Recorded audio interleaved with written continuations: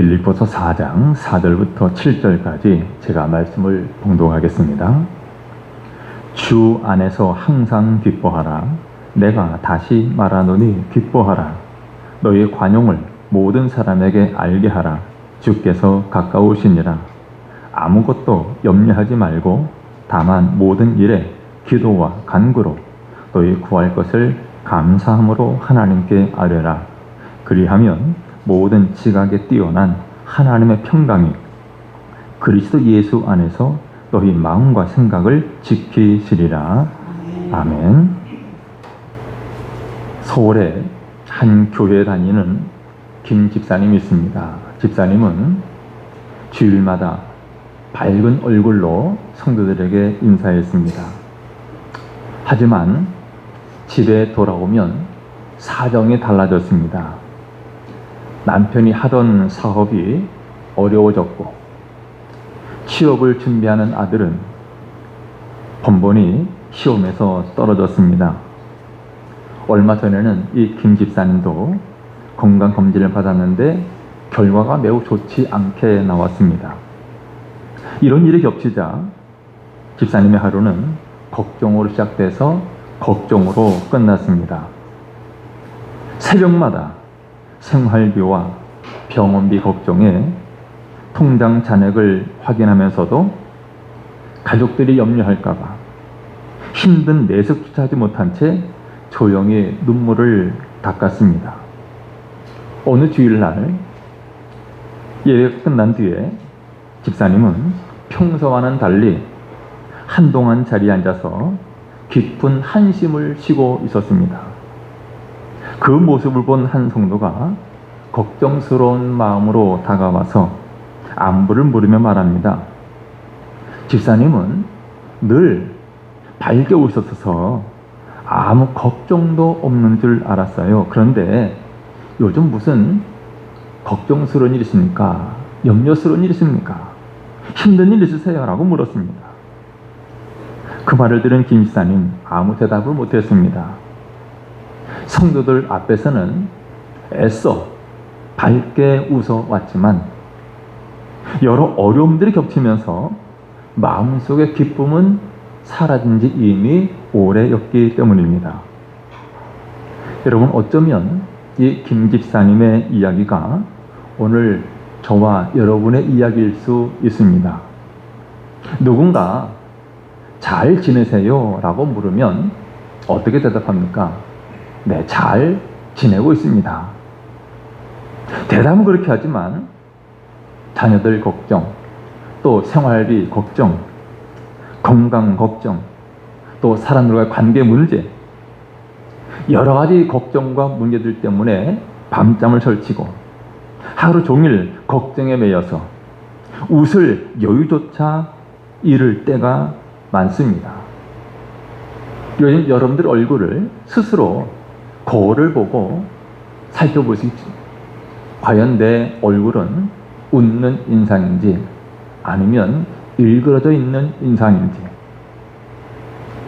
제3자가 여러분을 볼 때 과연 저 사람은 예수 믿는 사람인지 믿지 않는 사람인지, 우리 얼굴을 통해서 과연 나는 예수 믿는 사람인가를 드러낼 수 있는가를 스스로 살펴봐야 됩니다. 여러분, 성경은 우리에게 말합니다. 어떤 형편에서도 기뻐하라 라고 말합니다. 어떤 형편에서도 기뻐하라. 그렇다면 문제가 많고 여러 가지 걱정거리들이 여전히 많은데도 우리는 왜 기뻐해야 됩니까? 어떻게, 무엇을 근거로 기뻐할 수 있습니까? 오늘 본문을 통해서 그 답을 함께 찾아보려고 합니다. 이 말씀을 통해서 우리 모두가 주 안에서 참된 기쁨을 발견하고 일상 속에서 그 기쁨 누리며 살아갈 수 있기를 주 이름으로 축원합니다. 오늘 본문은 우리 성도들의 참된 기쁨은 주님과의 연합에서 시작된다라고 말씀합니다. 참된 기쁨은 다른 데서가 아니라 주님과의 연합에서 시작됩니다. 바울은 본문 4절에서 말합니다. 주 안에서 항상 기뻐하라. 내가 다시 말하노니 기뻐하라. 여기 기뻐하라라는 이 말은 그저 잠시 기분을 좋게 해보라, 그런 뜻이 아닙니다. 한번 기뻐하고 한번 즐거워하고 한번 웃음 짓고 끝내는 것이 아니라 계속해서 기뻐하며 살아가라는 것입니다. 그런데 이처럼 항상 기뻐하라, 항상 기뻐하라는 이 말을 들으면 마음에 부담이 생길 수 있습니다. 속상하고 눈물 나는 일이 많은데 어떻게 언제나 기뻐할 수 있겠습니까? 사실 바울도 마음이 아픈데 억지로 웃거나 힘든데도 아무렇지 않은 척하라고 말하는 것이 아닙니다. 그러므로 이 말씀을 제대로 이해하려면 항상 기뻐하라. 여기 항상보다 먼저 나오는 말씀이 있죠. 주 안에서 항상 기뻐하라. 항상보다 먼저 주 안에서라는 표현을 살펴보아야 합니다. 항상 기뻐하라. 이 항상을 기뻐할 때, 시기를 말한다면 주 안에서 기뻐하라. 이 주 안에서 기뻐할 수 있는 것은 자기 근거를 말합니다. 여러분, 기쁨의 근거를 우리의 처지와 형편에 두면 항상 기뻐할 수 없습니다. 여러분, 우리의 형편은 어떻습니까? 좋아지다가도 때로는 어려워집니다. 때로는 우리의 기대와 다르게 흘러갈 때도 많습니다. 그러나 우리의 처지와 형편은 시시각각 달라지고 변해도 우리 주님은 어떤 상황에서도 변하지 않으시며 언제나 우리와 함께 하십니다. 그러므로 바울의 이 권면은 그저 억지로 기쁜 감정 만들어내라라는 것이 아닙니다.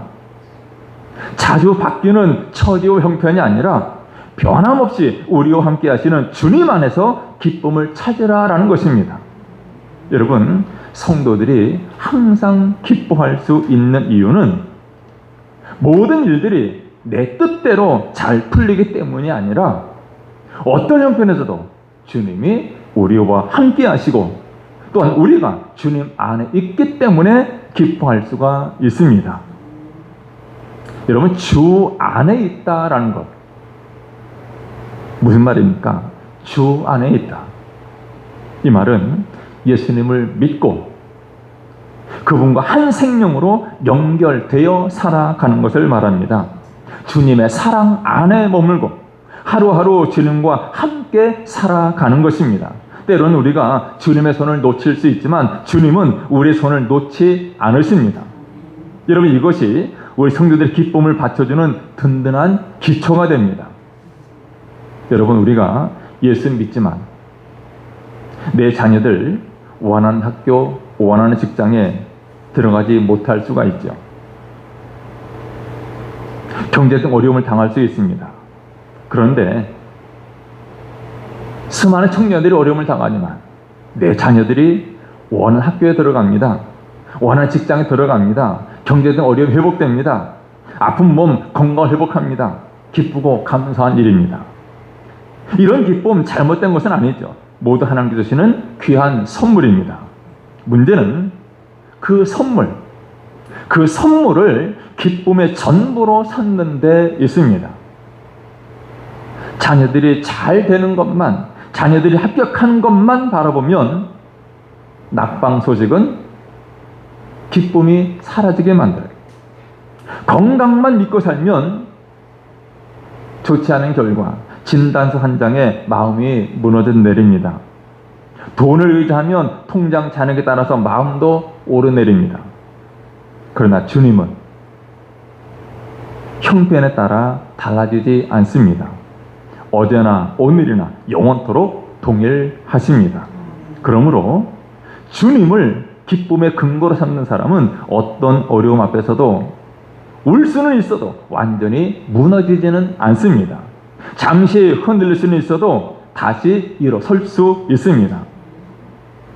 여러분, 사실 항상 기뻐하라, 주 안에서 항상 기뻐하라, 이 말씀을 전한 바울도 사실은 편안한 환경에 있지 않았습니다. 바울은 예수 그리스도의 복음을 전하다가 반대자들의 고발을 받아서 지금 감옥에 갇혀 있는 상태입니다. 자유를 잃었습니다. 재판 결과가 어떻게 나올지, 자신의 생명이 어떻게 될지 알 수 없는 그런 처지 형편이었습니다. 그런데도 바울은 성도들에게 말합니다. 기뻐하라. 여러분, 바울이 아픔을 몰랐기 때문도 아니고 감옥 생활이 편안했기 때문도 아닙니다.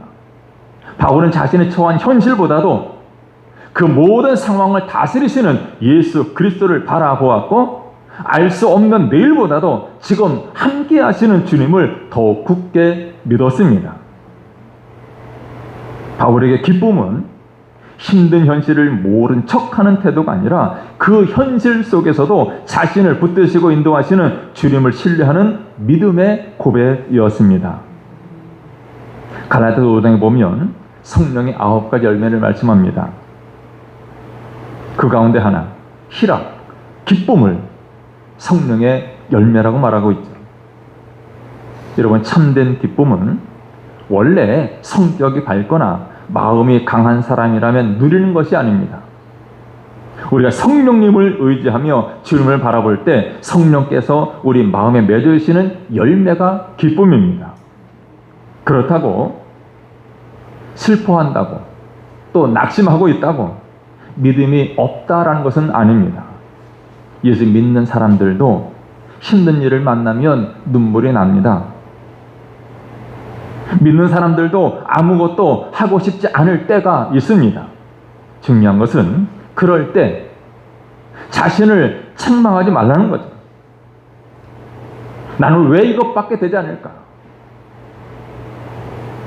우리 믿는 사람들은 힘든 마음 그대로 가지고 주님께 나아가는 것입니다. 마음이 금방 좋아지지 않더라도 나를 놓지 않고 붙들어 주시는 주님을 믿어야 합니다. 우리 성도들의 기쁨은 언제나 기분이 좋은 상태가 아니라 힘든 순간에도 주님을 다시 바라보고 의지하며 한 걸음씩 살아가는 것입니다. 여러분, 형편이 당장 나아지지 않고 문제가 곧 해결되지 않을 수도 있습니다.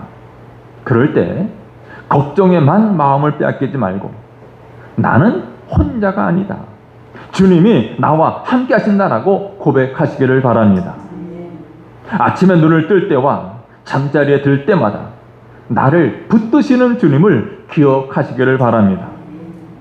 이 일이 잘 되느냐에 따라서 마음이 흔들리지 말고 언제나 내 곁에 계신 주님께서 나와 함께 하심을 믿고 주님에게서부터 기쁨과 힘을 얻으시기를 바랍니다. 눈물 나는 순간에도 주님과 동행하며 다시 힘을 내어 살아가는 여러분 되시기를 주님의 이름으로 축원합니다. 두 번째로 오늘 본문은 우리 성도들의 기쁨은 구원의 확진과 영광의 소망으로 깊어진다라고 말합니다. 기쁨의 시작은 주 안에 시작되는데 이 기쁨이 어떻게 깊어지는가? 참된 기쁨이 지금 우리와 함께 하시는 주님에게서 시작된다면 어려움이 며칠이 아니라 몇 달, 아니 몇 년 동안 계속된다면 마음속에 이런 질문이 생길 수가 있죠. 상황은 조금보다 나아지지 않는데 어떻게 기뻐할 수 있습니까? 여러분, 어려움이 오래 계속되어도 기쁨을 잃지 않으려면 우리 시선이 오늘의 형편을 넘어서 하나님께서 이루실 미래를 향해야 합니다. 지금 눈앞에 문제만 바라보면 낙심할 수밖에 없습니다. 그러나 이미 하나님께서 베풀으신 구원의 은혜 그리고 장차 완성하실 구원을 바라보면 우리는 다시 일어설 힘을 얻게 됩니다. 로마서 12장 12절은 말씀합니다. 소망 중에 즐거워하며 환난 중에 참으며 기도에 항상 힘쓰라고 했어요. 바울은 어려움이 모두 다 끝난 다음에 기뻐하라 라고 말하지 않습니다. 힘든 일이 계속되는 중에도 소망 때문에 즐거워할 수 있다, 기뻐할 수 있다라고 말하고 있습니다. 여러분, 여기서 말하는 소망은 그저 아무 근거 없이 언젠간 잘 되겠지 이런 생각하는 것이 아닙니다. 하나님께서 약속하신 일, 다른 누군가가 아니라 하나님이 약속하신 일, 하나님께서 반드시 이루실 것이라고 믿는 것입니다. 세상의 희망은 일이 잘 될 가능성을 바라보지만 우리 성도들의 소망은 약속을 신실하게 지키시는 하나님을 바라봅니다. 형편은 달라질 수 있지만 하나님은 변하지 않으시기 때문입니다. 그렇다면 우리 성도들이 붙들어야 될 하나님의 약속, 그 약속이 무엇입니까?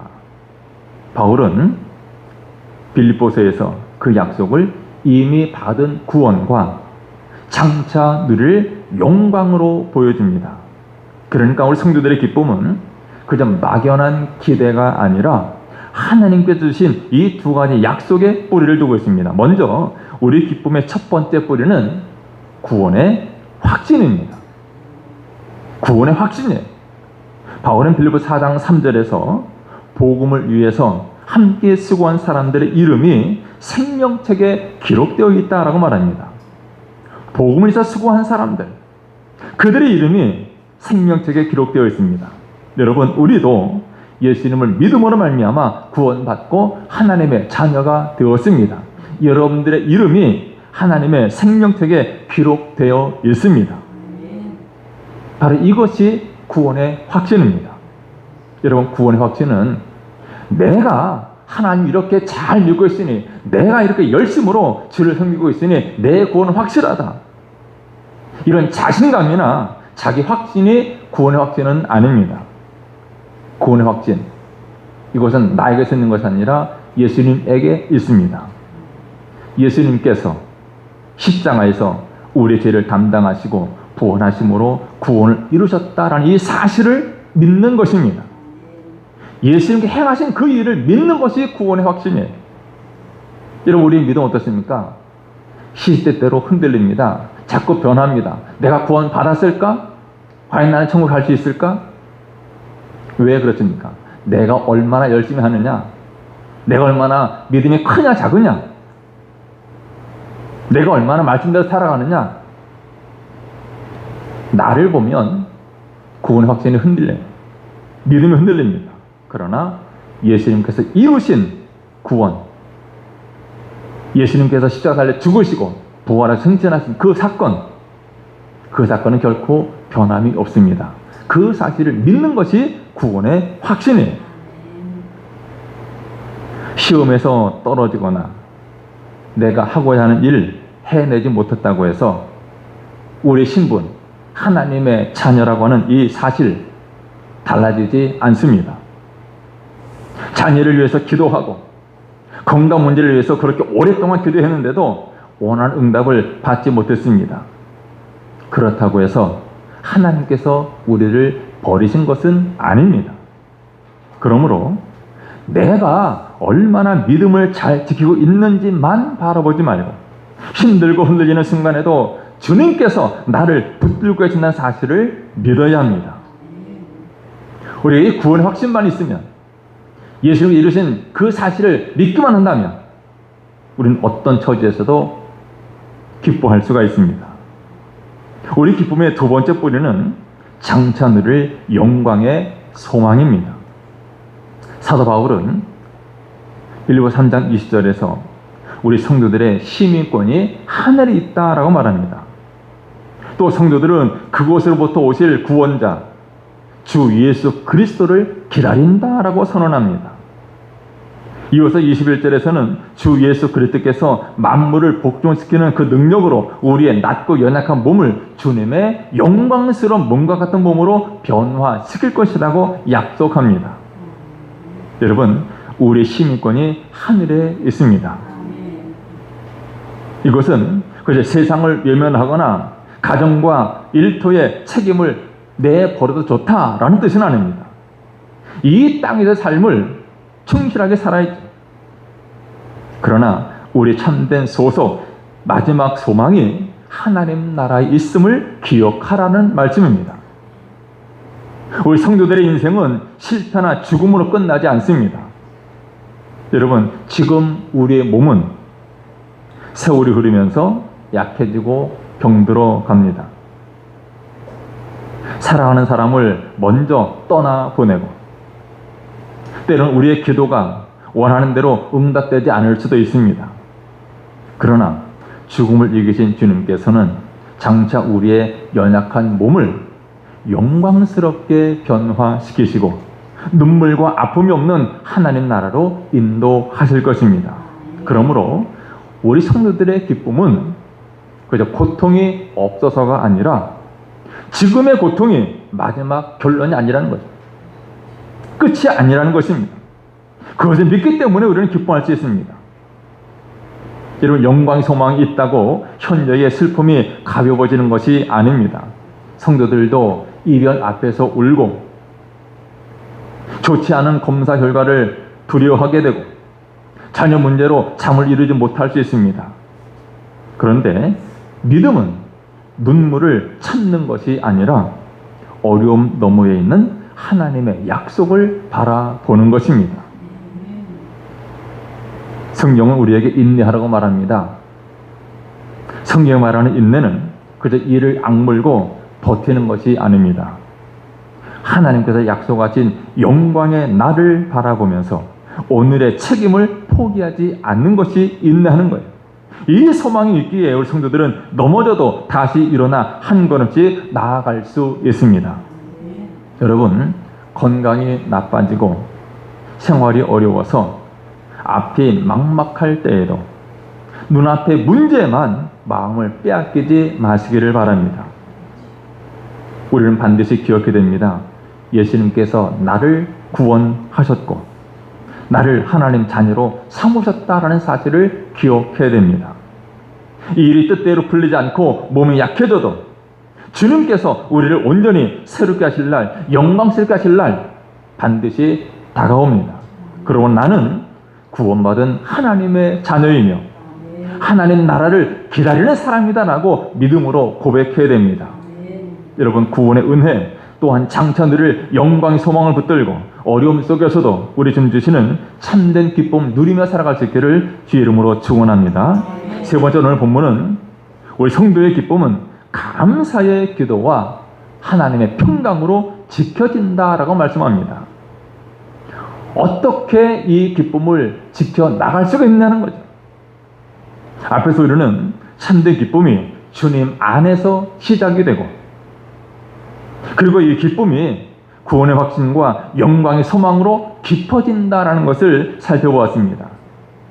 하지만 걱정거리가 끊이지 않는 일상을 살아가다 보면 우리의 기쁨은 쉽게 흔들릴 수 있습니다. 그렇다면 이 기쁨 어떻게 지키며 살아갈 수 있을까? 바울은 5절에서 말합니다. 주께서 가까우심으로 우리의 관용을 모든 사람에게 보이라고 권면합니다.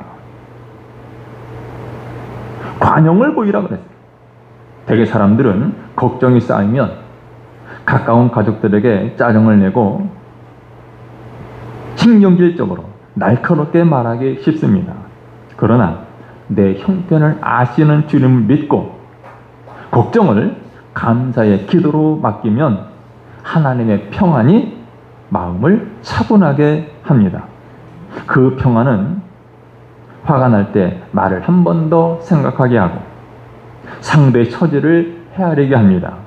이처럼 감사의 기도와 하나님의 평강은 기쁨을 지켜주고 우리 가족과 이웃을 따뜻하고 너그럽게 대하게 합니다. 이어서 6절을 보면 이렇게 말합니다. 아무것도 염려하지 말고 다만 모든 일에 기도와 간구로 너희 구할 것을 감사함으로 하나님께 아뢰라. 바울은 걱정과 불안을 느끼는 것 자체를 믿음이 부족하다, 믿음이 없다라고 책망하지 않습니다. 걱정한다고, 불안해한다고 믿음 없다고 말해서는 안 되는 거예요.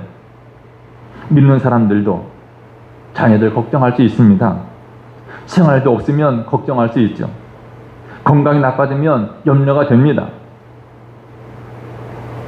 좋지 않은 소식 듣고 잠을 이루지 못할 때 있습니다. 그렇다면 바울이 말하는 것은 무엇입니까? 지금 바울이 이 말씀에서 강조하는 것은 그저 걱정을 혼자 끌어안고 있지 말라는 것입니다. 걱정이 마음에 찾아오는 것은 막을 수는 없지만 그 걱정이 우리를 붙잡고 끌고 다니도록 내버려 두어서는 안 된다는 거예요. 염려가 생길 때마다, 걱정거리 생길 때마다 그것을 하나님께 가져가서 기도로 맡겨야 합니다. 바울은 염려를 하나님께 맡기는 구체적인 방법으로 기도와 간구를 말합니다. 물론 기도와 간구는 넓은 의미에서 같은 말입니다. 하지만 이 기도가 하나님을 바라보면서 마음을 나누는 넓은 의미의 하나님과의 교제라면, 간구는 지금 바로 필요한 것, 지금 필요한 것들을 구체적으로 말씀드리는 것이 간구라고 할 수 있습니다. 그러는 막연히 하나님 좀 도와주세요 라고 하지 말고 무엇이 힘들고 무엇이 걱정되는지를 말씀드리는 것입니다. 하나님, 남편의 길 열어주세요. 취업을 준비하는 자녀 낙심하지 않게 해주세요. 검사 결과를 기다리는 동안 내 마음 지켜주세요. 구체적으로 기도할 수 있습니다. 여러분, 막연한 불안은 마음속에서 점점 커지지만 걱정되는 일을 하나씩 하나씩 하나님께 말씀드리면 그 짐을 하나님께 내려놓을 수 있습니다. 그러므로 염려가 밀려올 때 나는 왜 이것밖에 되지 않는가? 자신을 책망하지 말고 염려가 밀려올 때 하나님께 나아가 기도하라 라는 신호로 받아들이시기를 바랍니다. 바울은 성도들에게 필요한 것을 하나님께 아뢰을 때 어떻게 아뢰라고 권합니까? 감사함으로 아뢰라 그랬어요. 감사함으로 아뢰는다는 것은 문제가 해결된 것처럼 꾸미거나 마음이 아픈데도 억지로 괜찮다라고 말하는 것이 아닙니다.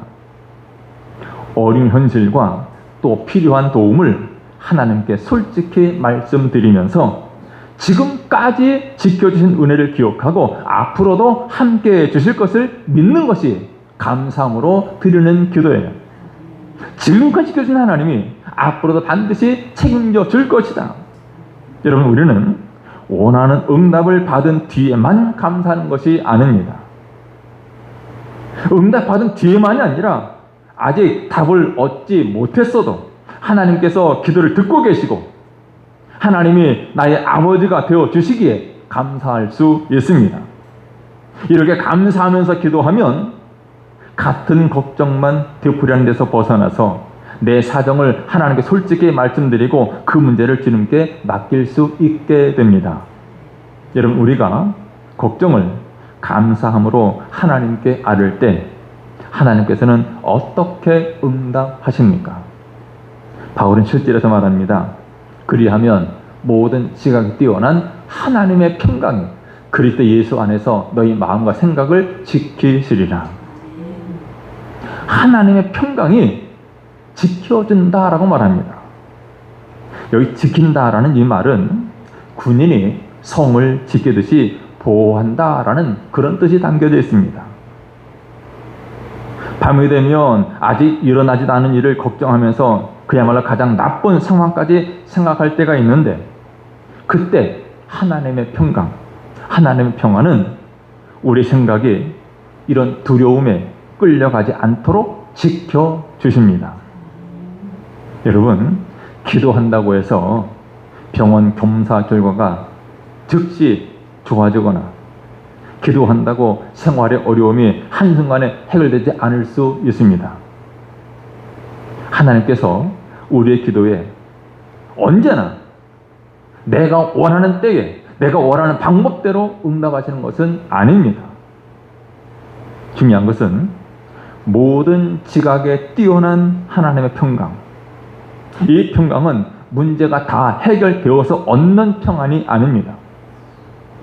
왜 이런 일이 생겼는지 모두 이해가 돼서 얻는 평안도 아닙니다. 이유를 알 수 없고 내일이 어떻게 될지 몰라도 나는 혼자가 아니며 하나님께서 지금도 나와 함께 하시고 나를 붙들고 계신다고 믿을 때 하나님께서 주시는 마음의 평안입니다. 여러분, 기쁨은 걱정이 사라진 뒤에만 누리는 것이 아닙니다. 걱정이 있어도 감사의 기도로 하나님께 맡길 때 하나님은 우리의 마음을 평안으로 붙들어 주십니다. 모든 지각에 뛰어난 하나님의 평강이 그리스도 예수 안에서 여러분의 마음과 생각을 지키시고 모든 사람들에게 관용을 나타내며 주 안에서 항상 기뻐하는 여러분 되시기를 주 이름으로 축원합니다. 이제 말씀을 정리합니다. 여러분, 이 시간 말씀을 듣고 예배를 마치고 집으로 돌아가도 걱정은 남아 있을 수 있습니다. 염려가 있을 수 있어요. 그러나 주님께서 함께 하심을 믿고 모든 염려를 감사의 기도로 하나님께 맡기시기를 바랍니다. 또한 가족과 이웃들에게 관용을 베풀고 주 안에서 기뻐하시기를 바랍니다. 모든 시각이 뛰어난 하나님의 평강이 그리스도 예수 안에서 여러분의 마음과 생각을 지켜주시기를 주님의 이름으로 축원합니다. 기도하겠습니다.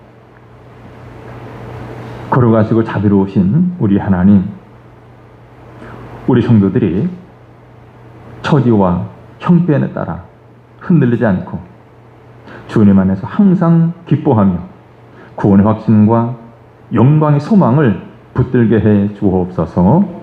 모든 염려를 기도와 간구로 감사함으로 하나님께 아뢰게 하시고 모든 지각이 뛰어난 하나님의 평강이 우리 성도들의 마음과 생각을 지켜 주옵소서.